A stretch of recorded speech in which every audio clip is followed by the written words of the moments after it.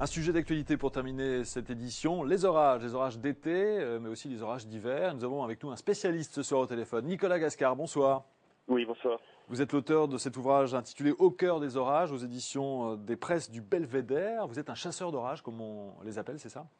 Oui, voilà, en fait, moi, mon but, c'est de photographier et de filmer les phénomènes les plus violents, donc les tornades, la foudre, bien sûr les orages les plus spectaculaires à travers différentes régions.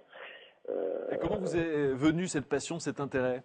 Moi, c'est une vocation, une passion qui remonte vraiment, je dirais, à la milieu, fin des années 80. Premier souvenir, un orage de grêle très violent.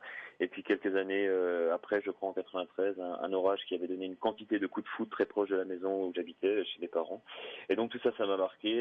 Et ensuite, bon, j'ai réalisé mes premières photos à partir de 95, 96. Et comment Et réaliser de belles photos d'orage? Parce que c'est compliqué, il faut vraiment être... en fait, oui, il y a des paramètres qui sont assez précis pour essayer de trouver en tout cas les orages les plus spectaculaires et les plus violents. C'est vrai que c'est pas facile de pouvoir photographier, par exemple, une tornade ou la foudre. Il faut se trouver au bon endroit, dans la bonne zone de l'orage, et éviter la pluie. Donc c'est vraiment plein de paramètres météorologiques, et de structures qui rentrent en jeu pour essayer d'être au bon endroit au bon moment. Ce sont les éclairs, c'est la foudre qui vous fascine et qui rendent les photos si magnifiques? Oui, c'est surtout l'aspect brutal et, je dirais, imprévisible de la foudre. En sachant que depuis maintenant 2, 3 ans, je pars chasser également les tornades. Alors, les tornades, c'est également ce côté assez destructeur et fascinant qui me plaît dans le sens où une tornade, c'est très rare. Et lorsqu'elle se forme, ça peut durer quelques minutes, mais c'est vraiment, je dirais, le spectacle le plus impressionnant avec la foudre. Parce qu'il faut savoir que dans l'orage, on a plusieurs phénomènes, de fortes précipitations, la grêle, les rafales, les tornades et les éclairs. Vous préparez un autre ouvrage pour bientôt, je crois, hein.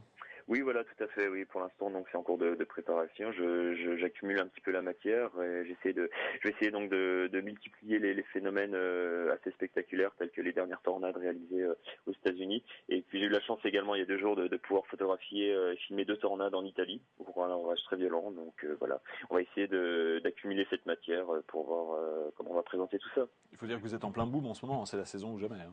Oui, tout à fait. Généralement, de manière d'avril à septembre, c'est la période propice pour les orages, surtout avec un pic beaucoup plus important durant juin, juillet et août.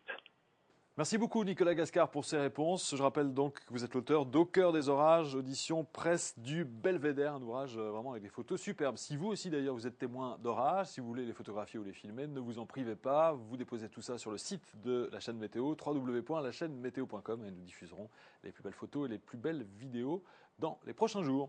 A tout de suite aussi pour un nouveau journal. Merci, bonne soirée à tous.